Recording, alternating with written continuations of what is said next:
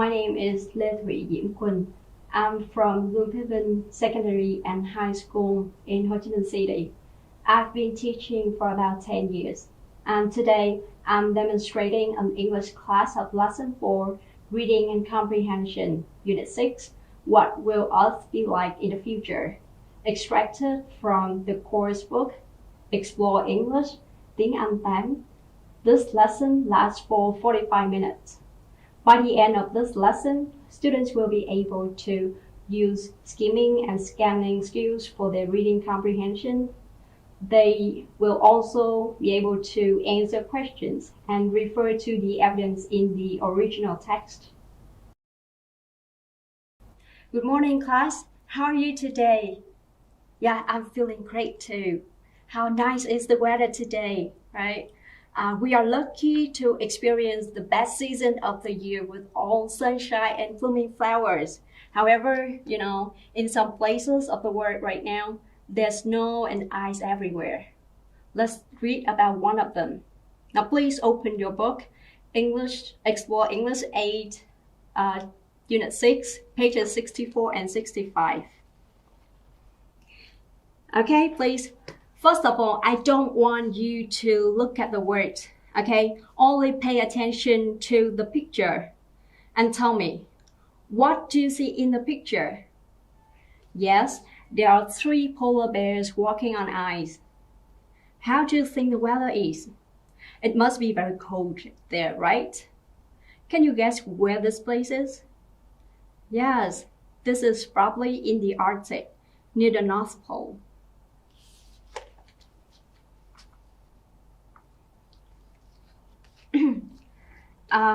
So now can everyone read the description of the picture on page 64?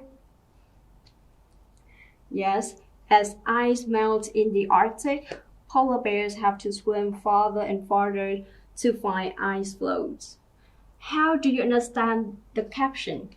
Can you guess the meaning of ice floes? What feelings do you have towards this caption? Are you sad or happy? Are you worried or excited? Now let's move on to explore more with activity A on page 65. Okay, now please look at the title of the reading text, On Thin Ice. So there are 3 options for you. Can anyone stand up and read aloud the options for me, please? Yeah, okay. So there are 3 options for you to choose. A, strong and powerful, B, in a bad situation, and C, changing. Which do you think is the meaning of on thin ice? Please circle your answer.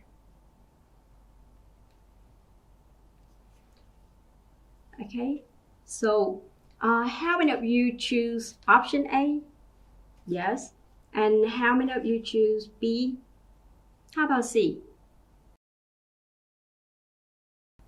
Okay, here teachers can let students vote for a certain option by applying A, B, C, D cards or A, B, C cards if there are only 3 options, like in this situation. So students can write A, B, or C on a piece of paper of different colors. For example, students write A on a red piece of paper, B on a yellow one, and C on green. Students vote for an option by raising their color paper. To quickly assess what option students have chosen, teachers can easily scan through the class and roughly have an idea of the population having correct answers. A hint for this activity is to make students close their eyes while voting. This can prevent students from quickly changing their minds. Okay, so on thin ice is an idiomatic phrase in English. It is usually used to talk about when someone or something is in a dangerous or bad situation. Yeah, so B is the correct option, right? So here is another example for you. I got 5 points on my test, and I'm on thin ice with my parents. You see, yeah, that's how we use on thin ice. So let's get back to our to the title of the lesson. Okay, so why do you think the author used on thin ice for this reading text? Yes, the author is using a play on words to express a double meaning. The author is pointing out that not only are the polar bears on physical ice, which is getting thinner, but they are also in trouble, in a bad situation, because of the decrease in polar ice. Interesting, right? I'm sure there are more surprises waiting for us in the next activity. Let's move on to activity B. So in this activity, there is a box in your book, and there are 4 words: cracked, ice floes, carcasses, extinct. Okay, the 4 words here are somewhere in your reading text. Can you quickly scan the text and find them? Please circle the word when you see them. Okay, I will play the audio so that you can follow and find the words more easily. Now, let's listen and find the words. On thin ice. Paul Nicklin waited patiently on a sheet of ice in the Arctic to take pictures for National Geographic. Finally, he saw a polar bear. The swimming bear jumped out of the icy water to catch its food. Unfortunately, the ice cracked or broke. The bear fell back into the water and swam farther away for food. Sea ice is the key to hunting seals. Polar bears need to stand on the ice floes, or large pieces of floating ice, and wait for the seals to come up for air. Because of global warming, Arctic temperatures are rising, polar ice is melting, and polar bears have to swim farther to find ice floes. Sometimes, bears have to swim more than 200 kilometers. Some bears cannot swim that far, and, sadly, they drown. On his last trip, Nicklin was sad to see 3 polar bear carcasses. Before global warming, dead bodies like those were a rare sight. Wildlife experts think that global warming will have a terrible effect. Some scientists believe that 65% of the world's polar bears will disappear by 2050. This means polar bears are in danger of becoming extinct. All right, so have you found all the 4 words? Yes? As you read more carefully, you may notice that the author used additional words and phrases to help you understand these new words in the text. Now, please spend more time with the text and underline the words or phrases that show the meaning of these words.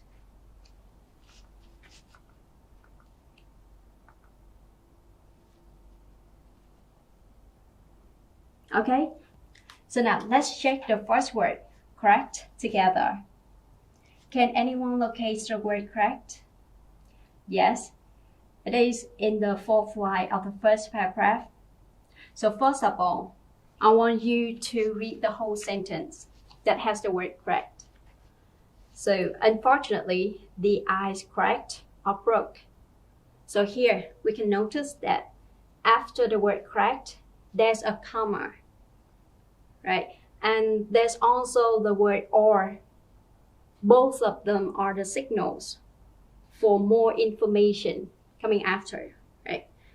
So in this situation, cracked or broke. So actually, they are equals to each other, which means cracked is broke is cracked. So in other words, we can use these 2 words interchangeably in this sentence. So the second word, yes, as you can see, is in the 2nd line of the 2nd paragraph, right? And we can apply the same technique to find the meaning of ice floes.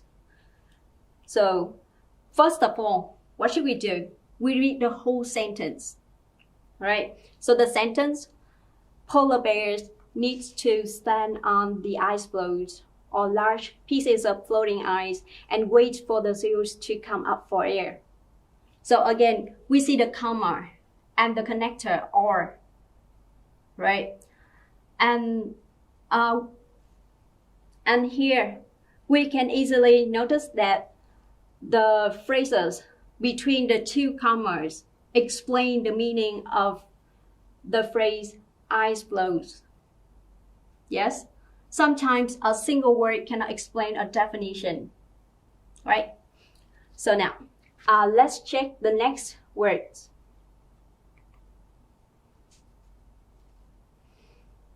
Yes? So here we have the word carcasses. You can easily see it in the first line of paragraph 3, right? And unfortunately, we don't have comma, nor do we have the word or. So we need to apply another technique, right? So what should we do? We keep looking, right? But where should we look? We look around the word to find the clues in the context, right? And here, we can see that, first of all, we can see that the sentence, Nicklin was sad to see 3 polar bear carcasses. So you can pay attention to his feelings, right? He was sad. So the vocabulary used here must be about a bad experience, which causes people to feel sad, right? And let's continue reading the next sentence. Before global warming, dead bodies like those were a rare sight. So we have the phrase, dead bodies like those, right? It gives us a hint that dead bodies equals to those. But what does those refer to? Well, we see a reference word those, right? Let's analyze a little bit here. So those refers to plural nouns. And of course, dead bodies is the plural nouns, but it's clearly equals to those already. So we may find another word, right? And the nearest one, the plural noun that is nearest to those is carcasses in the previous sentence. You see? So we can say that, let's try a little bit. Let's replace dead bodies with carcasses to see what happened, okay? So on his last trip, Nicklin was sad to see 3 polar bear dead bodies. Before global warming, dead bodies like those were a rare sight. Wow. It makes perfect sense here, right?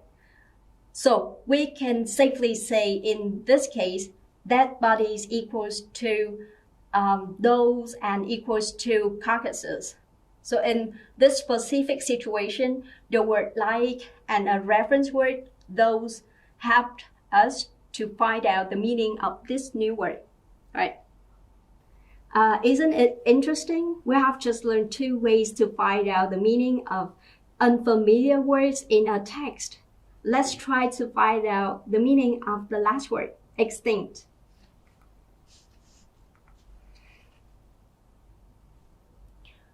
Yes, so we can see the word extinct is used with becoming, right? So we have the phrase becoming extinct.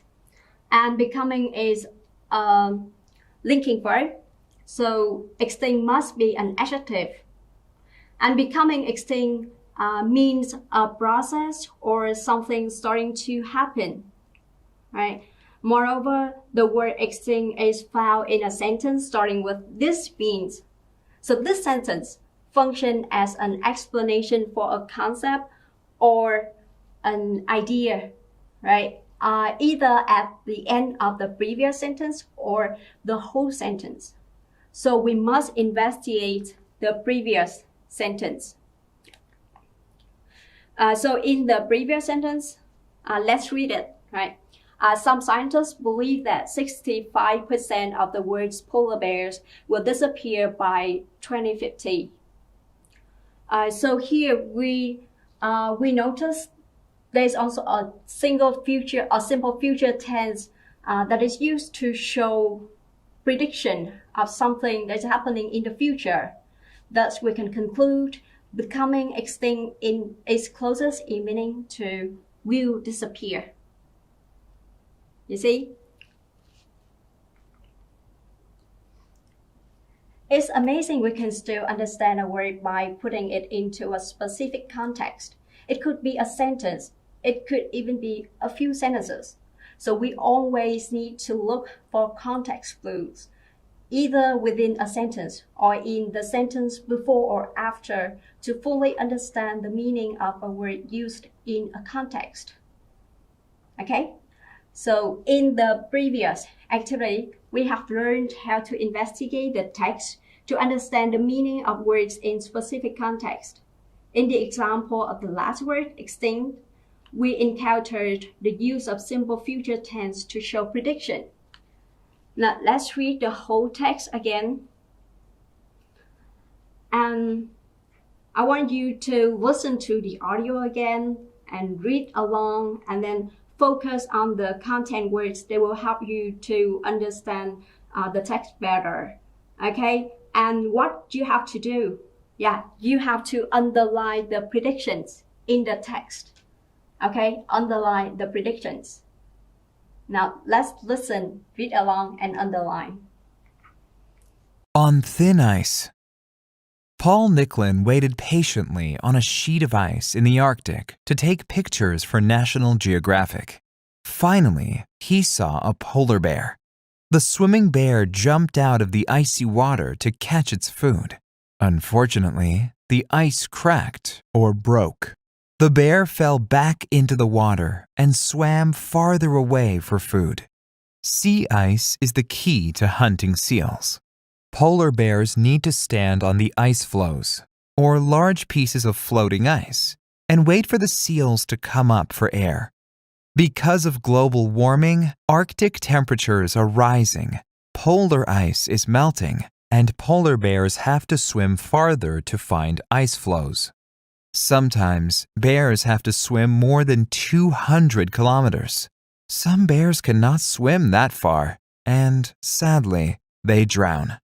On his last trip, Nicklin was sad to see 3 polar bear carcasses. Before global warming, dead bodies like those were a rare sight. Wildlife experts think that global warming will have a terrible effect. Some scientists believe that 65% of the world's polar bears will disappear by 2050. This means polar bears are in danger of becoming extinct. All right, so we have just listened to the text, right? And we can notice there's another usage on the third line of the last paragraph, right? Wildlife experts think that global warming will have a terrible effect. So what is predicted here is a bad outcome or a bad result happening to wildlife caused by global warming. Specifically, polar bears will become extinct in the future. So we can say the text is alarming us on the future of wildlife animals in general and polar bears in specific. It is a very sad fact that we are facing at the moment. How are you feeling about this? Are you sad about the future of polar bears too? What do you think about global warming? Please work in pair with your partner and tell them which predictions are the most worrying. Don't forget to give reasons to explain your opinion. This activity is a further step for students to explore the problems targeted by the authors. To let students work in pairs is to maximize the time each of them has to speak within the time limit. I would give this activity 3 to 4 minutes for students to work in pairs while finding out 2 students having opposite opinions. One would be more worried about the prediction that global warming will have a terrible effect on wildlife. The other one would take polar bears will be extinct more seriously. These 2 students each will give a speech in front of the class at the end of pair working time. Okay, now please turn to page 66. We'll move on to reading comprehension section. We have already read the passage about the alarming future of polar bears. Now we're going to do some practice to further check our comprehension of the passage. In activity A, there are 5 multiple choice questions of 4 different question types. You may notice there are the types are highlighted here. Right? So the first one is about the main idea. The second one, inference question. Number 3, detailed question. Right? Number 4 is about vocabulary. And number 5, inference question again. So I'll give you 4 minutes to read and choose the best answer for each question. Okay, let's get started. Okay, so you have finished all, right? Now please work with your partner and share your answers with each other. I would like you to explain to each other the reason why you choose the answer. Okay. You can employ A, B, C, D cards once again here. Since multiple choice questions are very popular in most books and test design, it's very convenient to have your students prepare a set of A, B, C, D colored cards ready to use. At this point, teachers don't have to check on each of the students' notebooks or to ask each of them to know their work. The teachers just need to call out the questions and let students close their eyes and vote, right? As students do not see each other's answer and no peers would see theirs, students would feel more comfortable letting you know what their choices were. Now the wrong colors would stand out very clearly, and teachers know better which errors would be worth explaining more carefully by the number of the colored cards they see. Now I have another interesting piece of information for you. Please pay attention to the idiom box here. Yes, an activity that helps strangers feel relaxed together is, okay, which one do you choose? Yes? Okay. Now I want you to use your ABC cards again. Now close your eyes. And 1, 2, 3. Yes, raise your card, please. Okay, I can see all of your answers. Now put your cards down and please open your eyes. Excellent. Most of you choose C. We have icebreakers in classes, parties, and at events, so people can get to know about each other better, right? Especially in a new situation, right?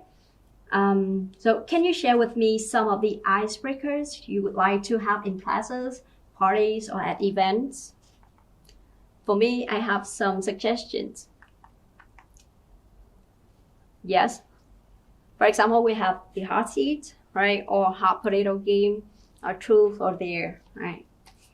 So shall we continue with activity B? Okay, so back to the test.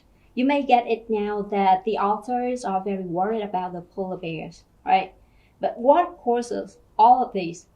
What causes polar bears to become extinct? Or we can say the fact that polar bears are disappearing is the consequence of something. Can you guess? Yes, the fact that polar bears are disappearing is the consequence of global warming. In activity B here, we have a flowchart that shows the order of a group of events as they occur, right? With the first thing, number 1, and the last thing having the largest number. So if something happened first, you write it on the first number, right? And we also have 5 events. Right here, we have events A, B, C, D, E. So please work on your own in 2 minutes to put the letters in the correct order. The flowchart presents a chain of events in the order of what is written in paragraph 2 of the text, right? As you can see here. So the first event because of global warming, Arctic temperature are rising. So the first one, C, right? Temperature rise. The next one, yeah, it must be B, right? Polar ice melts. And number 3 here should be E, right? Polar bears have to swim farther between ice floes. And the next one here, A, some polar bears drown. And the last one, of course, D, right? Polar bears are in danger of becoming extinct. You see? Okay, so we have just found out in detail the sequence of events that cause polar bears to become extinct. Are polar bears the only animals in danger of global warming? I would like you to work in groups of 3 to 4 to discuss this problem. In your group, you should think of one animal that is being seriously affected by global warming. Please offer ways to help too. For such a discussion activity like this, teachers normally divide classes into smaller groups and expect them to talk freely within groups about a specific problem. Here, in this activity, I would divide my class into groups of 3 or 4. A number for me is ideal to form groups that can provide students opportunities to speak and comfortably giving personal opportunity within time limit. Teachers can provide different problems of the same topic and have students rotate among the questions every 3 to 4 minutes. During conversations and discussions, teachers can just walk around and collect ideas. Also, teachers can always control the class by encouraging quiet groups or remix or reform groups to have different levels of proficiency students. Normally, I silently pick up, then assign a representative from each group for a presentation. If you have plenty of time, inviting some opposite opinion to speak is also a nice way to practice more on speaking. So that's all for the lesson today. Do you have any more questions? So how many things that you remembered about the lesson today? Can you list 3 things that you remember in today's lesson? Yes. So the first one, we have learned about the idiom on thin ice, right? The second one, yes, we have break the ice or icebreakers, right? And then we also learned about the negative effects of global warming on polar bears, right? I have 2 questions for you, okay? So the first one, what does sea ice is the key to hunting seals on line 6 mean? The second one, why do scientists believe only 35% of the world's polar bears will remain by 2050? Yeah, and that should be the end of lesson 4, unit 6. Thank you for your participation and have a nice day.